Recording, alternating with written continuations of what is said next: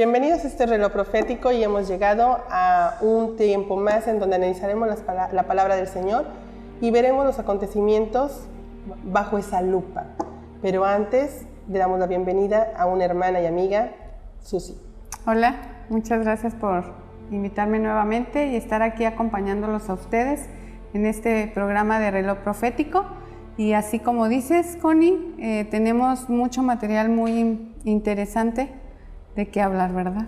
Melquisedec, Susi. Melquisedec es el tema en el que nos vamos a centrar en el día de hoy, analizando quién es Melquisedec o qué es Melquisedec. Sí, creo que es una duda que a varias personas nos está dando vueltas por la cabeza, porque es un tema como muy profundo, escondido, que te confunde, te puede llegar a confundir, ¿no? Pero esto se llega a quitar solamente escudriñando la palabra e investigando letra por letra, verso por verso, así como lo dice la palabra.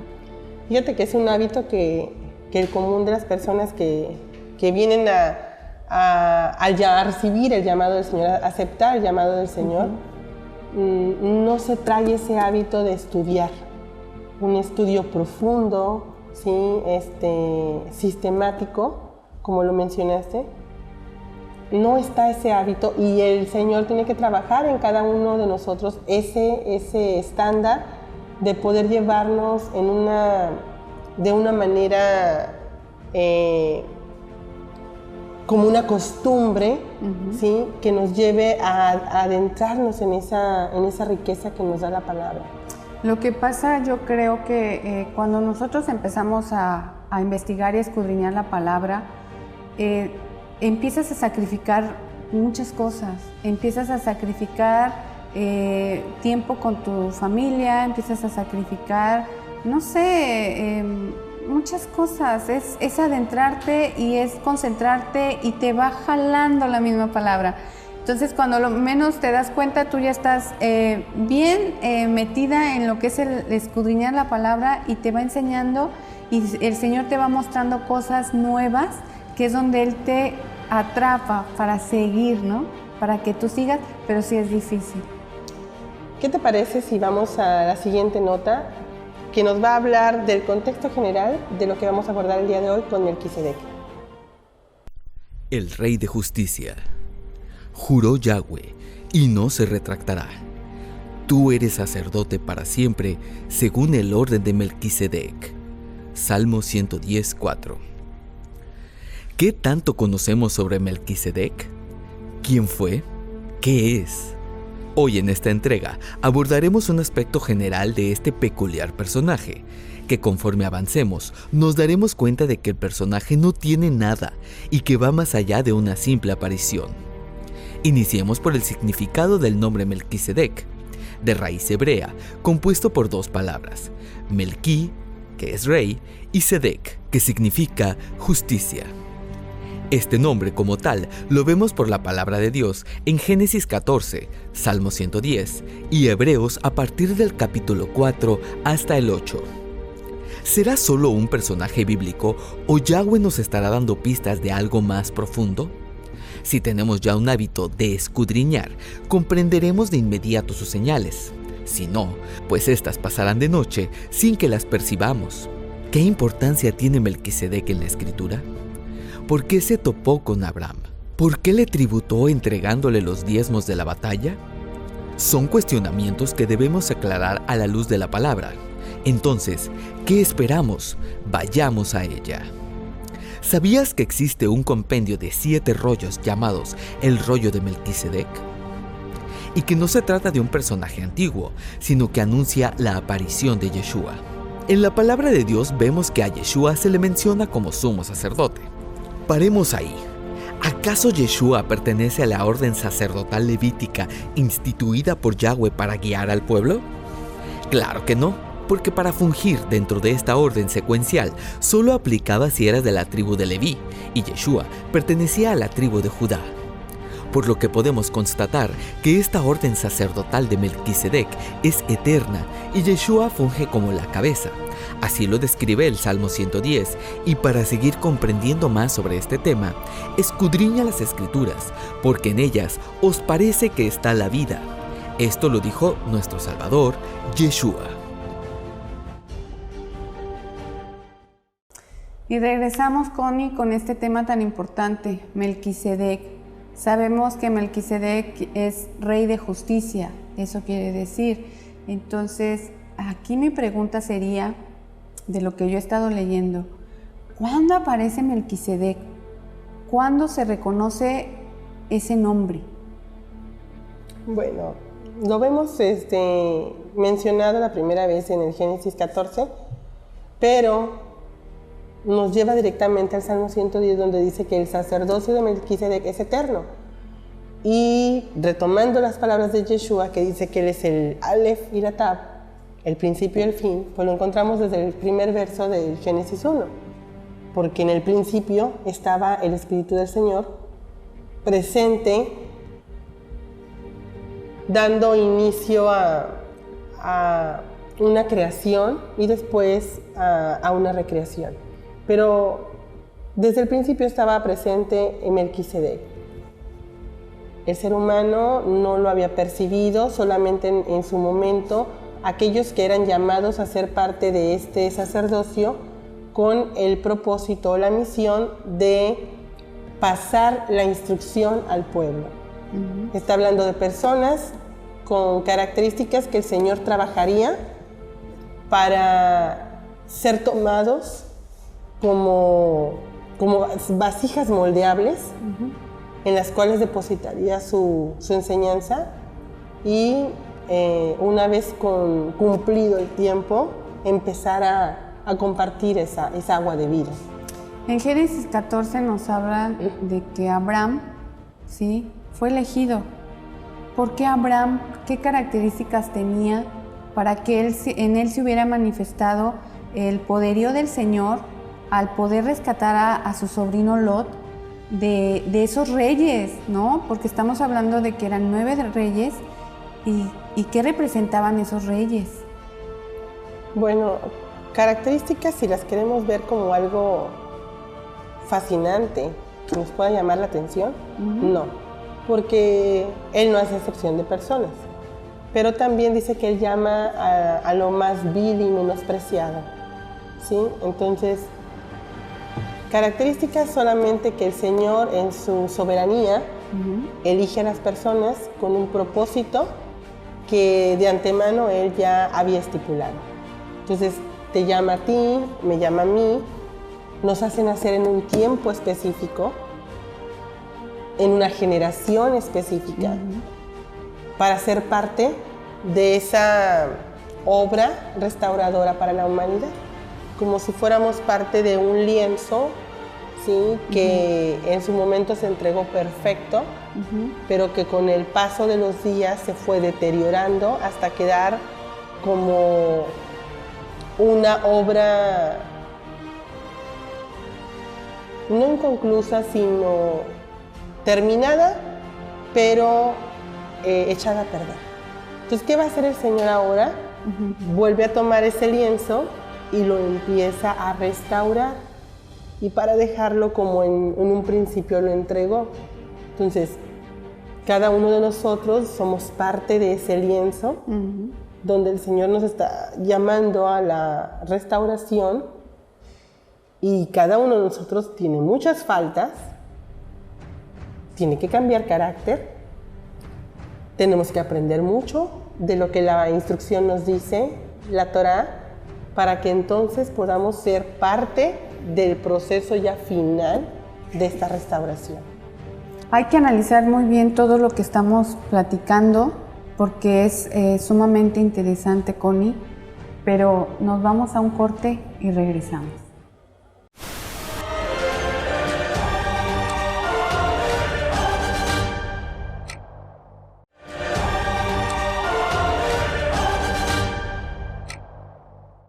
Connie, regresando en lo que nos quedamos de la importancia del lienzo, que somos parte de ese gran lienzo de la creación del Señor. que Él nos toma y va marcándonos en ese lienzo como pisadas o como huellas de lo que Él quiere hacer en cada uno de nosotros. Restaurándonos, es la palabra, limpiándonos, restaurándonos para que lo podamos seguir, para que lo podamos ver. Así es. Esa es la palabra. Así es, restauración. Connie, hay una pregunta respecto a Melquisedec. ¿Por qué Abraham lo escogió, verdad? Por sus características. Decíamos que no son importantes esas características, pero... Bueno, si los vemos como atributos, Ajá. como ser humano no.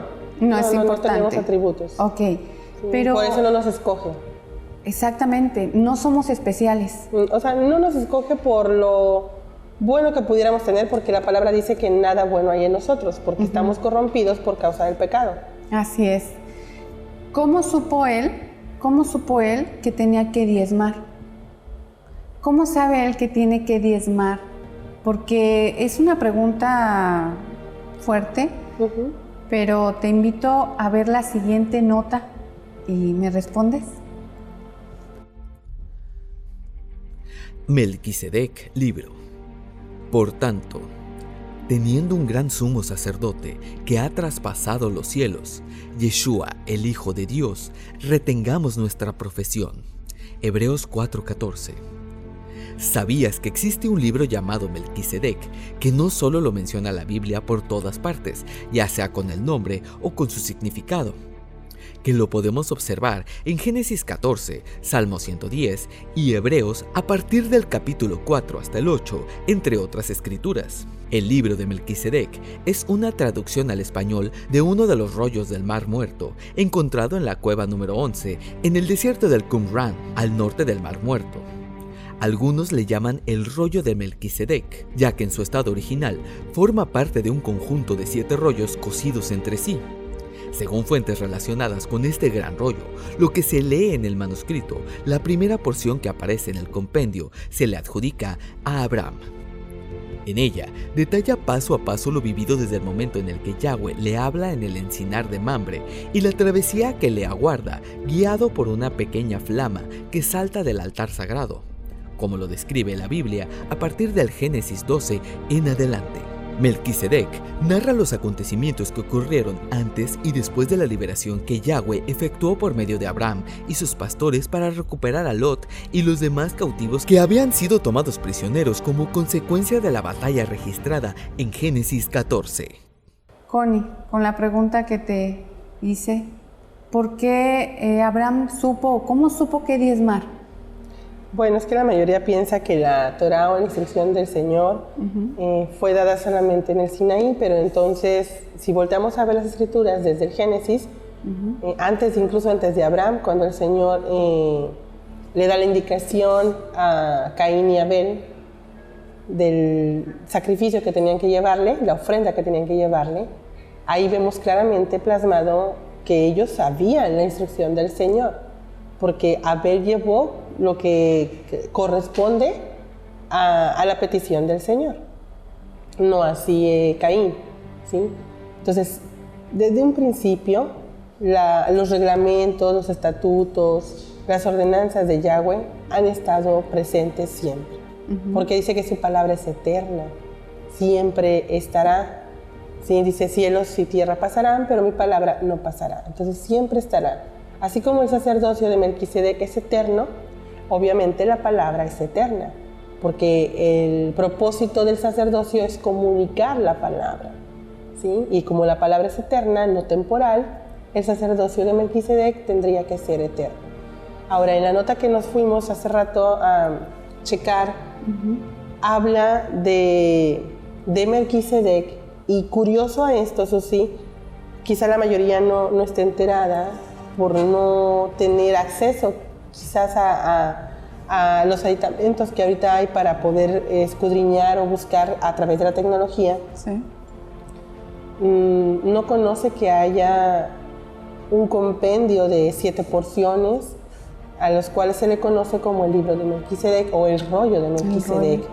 Entonces, es fascinante tener acceso, por ejemplo, a esta porción de la palabra, porque fueron encontrados dentro de todos los que fueron de los escritos que se encontraron en el Qumran, en la cueva 11 de los manuscritos en el Mar Muerto.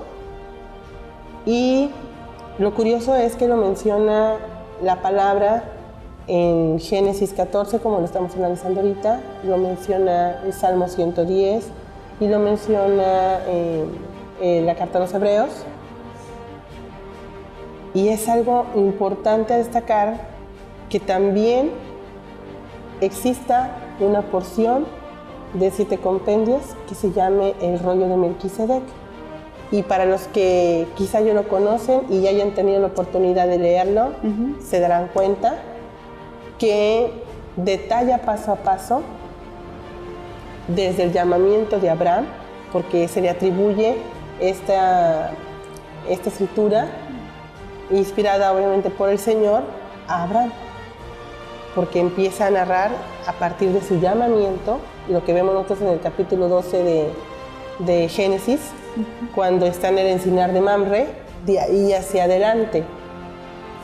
Y narra, por ejemplo, lo que es la primera porción, narra la batalla que estamos analizando ahorita de Génesis 14, con estos 9 reyes y su comisión que lleva para rescatar a Lot de donde había permanecido. Ahora, esto es muy, muy importante, Susi, porque si vemos las cosas en este contexto o en este panorama general, Lot representa, o su nombre significa escondido, oculto. La misión de Abraham era ir y llegar a rescatar a Lot de donde él estaba viviendo y sacarlo de ahí por la contaminación que había en el entorno. Sí.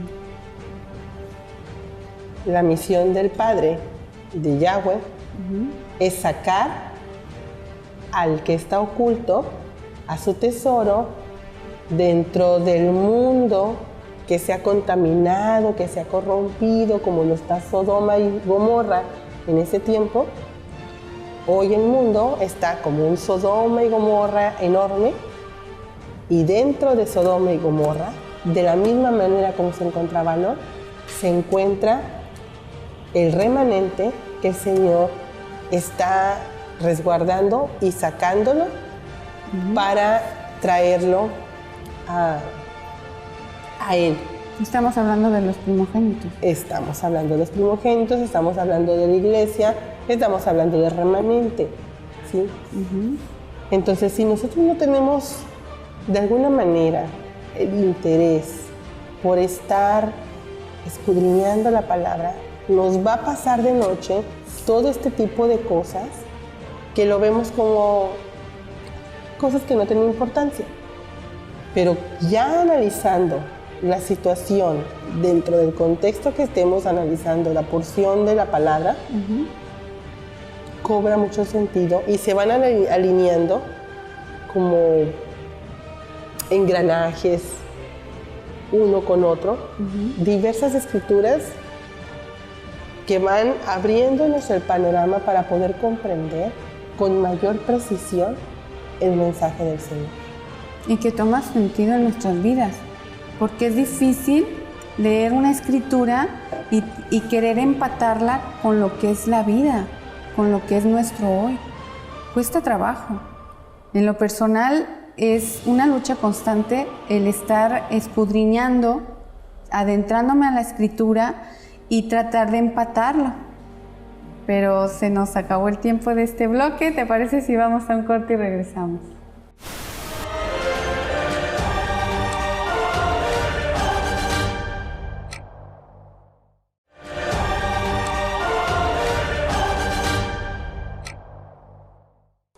Bienvenidos, pues estamos ahora en la sección de preguntas y respuestas con nuestro invitado especial. Ahora tenemos en esta ocasión a Elizabeth García, una estudiante comprometida con la palabra, y le damos la bienvenida. Eli. Pues gracias, Connie, gracias por haberme invitado y pues para aprender más de la palabra del Señor. Bienvenida, Eli. Es un gusto tenerte aquí con nosotros en Reloj Profético. Y pues vamos a iniciar con las preguntas. ¿Te parece? ¿Qué entiendes por diezmo? Pues diezmo, yo entiendo que es el 10% de lo que adquirimos. Por ejemplo, trabajando, sembrando. Bueno, yo creo de cualquier trabajo el 10% de lo que ganamos. ¿Y ese diezmo para quién va dirigido? ¿O dónde lo tenemos que depositar? Bueno, yo entiendo que nosotros que venimos a una congregación, pues es a nuestra congregación, a donde lo tenemos que dar. ¿Pero el diezmo significa algo? O sea, es dar el 10% de lo que ganamos. ¿Pero qué significa? O sea, ¿qué fondo más profundo tiene? Bueno, yo lo entiendo que es de alguna manera para obedecer a Dios, porque es uno de los mandatos. Y también en la Escritura dice que donde está tu tesoro está tu corazón. Entonces nosotros tenemos que aprender a ser desprendidos del dinero. Y creo que de alguna manera haciendo eso, demostramos que nuestro corazón no está en el dinero porque tenemos la capacidad de darlo. Pero, por ejemplo, hay personas que les cuesta trabajo dar. Y a lo mejor sí diezman, pero con mucho trabajo o con insatisfacción. ¿Eso nos sirve a nosotros ante los ojos de Dios? Pues la palabra de Dios dice que no, dice que lo tenemos que dar con gusto, con alegría. Pero bueno, yo lo que entiendo es que cuando uno va conociendo de Dios, va saliendo de tu corazón el hecho de agradar a Dios, entonces es cuando tú lo haces con gusto. Porque yo lo que yo he entendido, comprendido es que cuando una persona es nueva a una congregación y tú le dices es que tú tienes que dar el diezmo, a veces como que empiezan a pensar, ay, pues estos nomás quieren el dinero. Pero cuando tú vas madurando, vas leyendo, entiendes que si tú das el diezmo es porque quieres agradar a Dios, porque quieres ser fiel con Dios. Es lo que yo he entendido.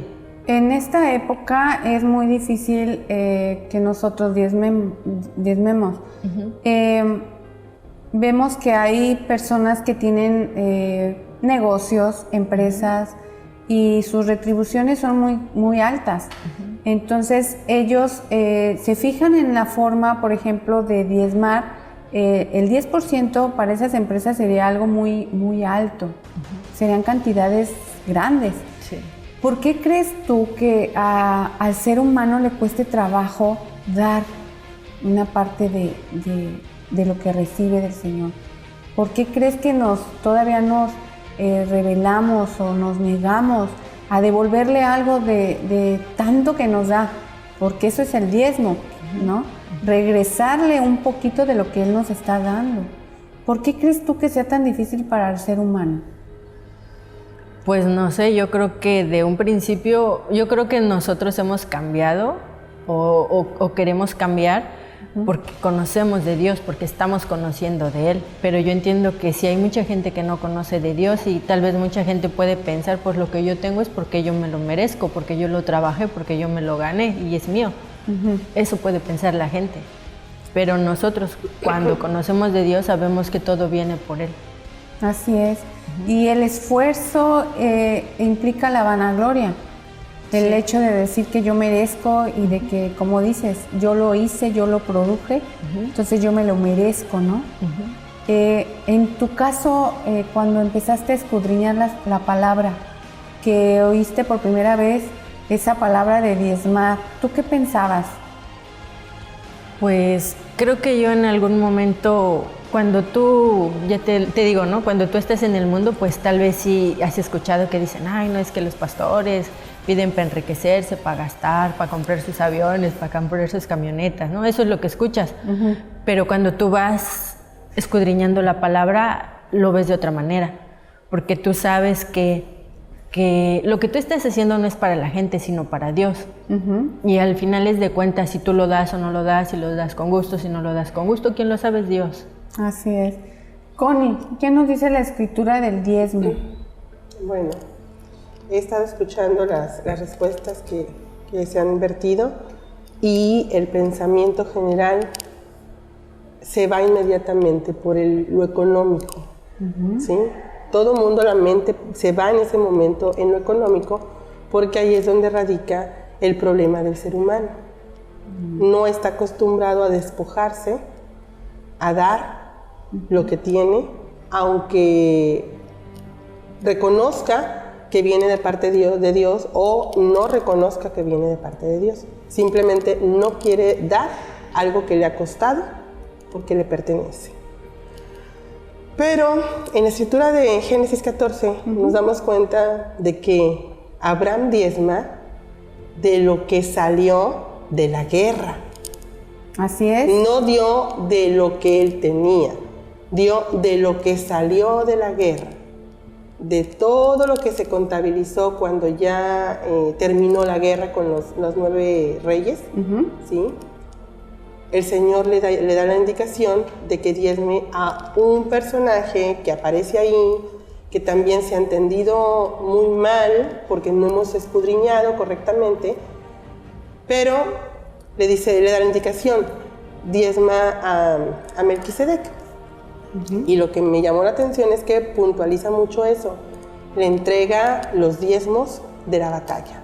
Y aquí tenemos que analizar la postura de Abraham, el rol de la siguiente figura en aparecer, Melquisedec, y el común que los une, el diezmo. ¿Sí? Es una ligadura que está ahí. Entonces, veamos la escritura y en su contexto general, Abraham es símbolo del Padre, del Creador de todas las cosas, de Yahweh.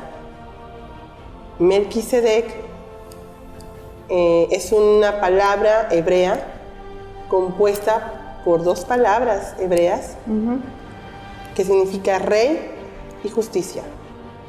Entonces, estamos viendo que ese título que ostenta esa figura nos lleva inmediatamente a Yeshua, el Hijo de Dios, donde el Padre le entrega a Yeshua los diezmos de la batalla.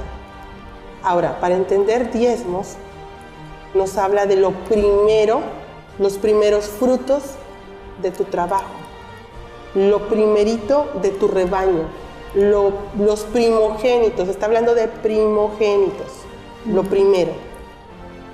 Y el Padre ahí nos está mostrando algo muy importante, porque Él entrega de toda la humanidad, a través de cada generación, a lo que rescató de la contaminación en la que cayó el ser humano. De cada generación Él hizo un rescate, y ahí vemos que le entrega a Melquisedec, al Rey Justo. Entonces ahí nosotros estamos viendo un hecho profético que anuncia la batalla final, donde el Padre también tiene otra entrega que hacerle a Melquisedec. ¿Te parece si vamos a un corte y regresamos con lo que estamos platicando? Adelante.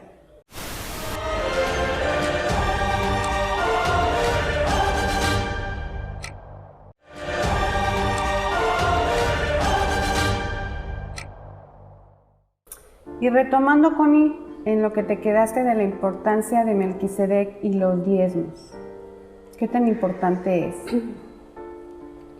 Que no solamente se trata de algo económico, de algo literal, sino que se trata también de los primeros o los primogénitos que el Señor está llamando a ser parte del sacerdocio de Melquisedec, en donde Yeshua es el sumo sacerdote o la cabeza de esta orden sacerdotal. Entonces, nos enseña que hay protocolo, que hay reglamento, que hay instrucciones a seguir una vez que ya nos convoca, nos llama, nos introduce al pacto al que Él hizo desde el principio, y nosotros empezamos a conocer esos lineamientos que tenía o que tiene para que nos empiece a transformar y entonces poder comprender a qué se refiere cuando él habla de diezmos. Porque si también nos vamos a Malaquías, en Malaquías también no se está hablando de dinero. Se está hablando otra vez más de el compromiso de aquellos a que llama para llevar una función y cumplir con ese propósito por el cual nos llama. Pero para ello nosotros necesitamos saber a qué tengo o a qué soy llamado y qué tengo que cumplir. ¿Cuál será el propósito, ¿no?, de cada uno? Eli, tú has leído y has escudriñado la palabra. ¿Tú comprendes quién es Melquisedec? O en tu concepción, ¿quién es Melquisedec? Bueno, creo que es como la sombra o como un ejemplo de Yeshua. Bueno, dice que él era sacerdote del Dios Altísimo. Y entonces de alguna manera Yeshua también es nuestro sacerdote. Entonces Melquisedec representa a Yeshua. Yo así lo entiendo, que representa a Yeshua. ¿Tienes alguna pregunta, alguna duda que surja en tu cabeza en estos momentos? Sí, bueno, me gustaría preguntar, Connie, si Yahweh envió a Melquisedec para que se cumpliese la promesa que dice el Salmo 110:4. Mira, sí. De hecho, este sacerdocio, y mencionaste la escritura del Salmo 110, el sacerdocio es eterno, o sea, siempre ha existido y existirá. Entonces, partiendo desde ese punto de que es eterno y donde Yeshua es la cabeza y sumo sacerdote, saltaría otra pregunta, porque la mayoría quizás no comprenda y nada más menciona, sí, el sumo sacerdote, pero el Señor en la tierra dejó estipulado un sacerdocio, el sacerdocio levítico, por medio del cual el Señor a los sacerdotes les entregó la instrucción, ¿sí?, la Torá, y ellos tienen la encomienda, o sea, a través del tiempo y las generaciones, el sacerdocio levítico tiene la encomienda de impartir el conocimiento de Dios al pueblo e instruirlos, enseñarles a vivir conforme a la voluntad de Dios. Hay un sumo sacerdote también que estipuló el Señor que tenía que tener ciertas características. Entraba en funciones habiendo el templo. Pero llega Yeshua, el Hijo de Dios, y a él se le menciona, se le llama como sumo sacerdote. Pero entonces la mayoría quizá ni siquiera se preguntó, ¿cómo puede ser sumo sacerdote si ya existe una línea que se sigue de sacerdocio que viene por conducto de una tribu, Leví? Pero Yeshua no es de la tribu de Leví, es de la tribu de Judá. Entonces, perdón, ¿estamos hablando de dos sacerdocios? El sacerdocio arónico. Estamos hablando del sacerdocio levítico por conducto de la tribu de Leví, donde entra la familia de Moisés, la familia de Aarón, ¿sí?, por ese conducto. Pero Yeshua no viene de ese mismo clan, de esa misma línea. Él viene de la tribu de Judá. Y de ahí vienen los reyes, ¿sí? Pero él es rey y sacerdote. Entonces, ahí la pregunta sería, y que me gustaría que todos tuviéramos eso en mente, para ir a la Escritura y entonces hacer un clic. Entonces, hay dos sacerdocios, uno temporal y otro eterno. ¿Cuál fue el primero? El de Judá, porque Melquisedec fue con Abraham, fue antes de las tribus. Y de hecho es eterno, dice el Salmo 110, lo mencionaste, ¿sí? Por siempre tú serás sacerdote de la orden de Melquisedec eternamente. El Señor lo llamó eternamente. Entonces ahí es donde cada uno de nosotros tiene que ponerse a meditar en lo que está escrito para no desviarnos de ese camino y entender otra cosa completamente diferente, ¿sí? Porque a lo mejor la mayoría ni siquiera tomó en cuenta eso. Ah, sí, Yeshua, Hijo de Dios, sumo sacerdote. Y lo dices y lo repites una y otra vez y ni siquiera lo comprendes. Entonces, estamos siendo llamados nosotros a pertenecer a una orden sacerdotal, porque dice el Señor que nos ha llamado para ser reyes y sacerdotes. Así es. Y el único servicio sacerdotal que tiene esas dos funciones juntas, ¿sí?, es Melquisedec, el rey de justicia. Entonces, ahí nosotros estamos muy centrados en lo que el Padre nos está mencionando, porque se ha tomado tan ligero esa orden sacerdotal. Pablo lo vuelve a retomar fuertemente en la carta de los Hebreos, porque a partir del capítulo 4 en adelante vamos a estar viendo constantemente mencionado Melquisedec como el nombre Melquisedec o la orden sacerdotal. Pero también en todas partes de la Biblia encontramos la misma mención, pero sin usar el nombre. Ahora nos lleva a hablar de reyes y sacerdotes. Pero está hablando de la misma orden sacerdotal. ¿Sí?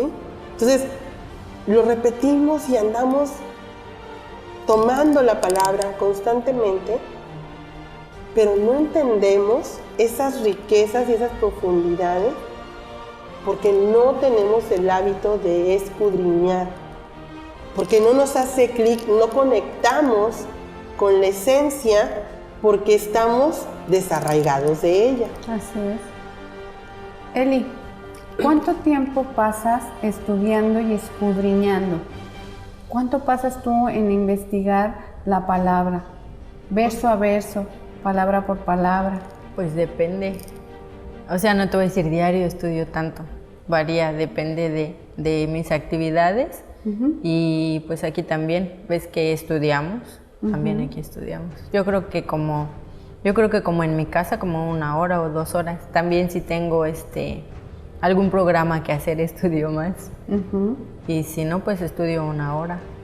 Pero sacrificas de tu tiempo, Sí. sacrificas de tus relaciones con familia, con tu mamá, ¿no?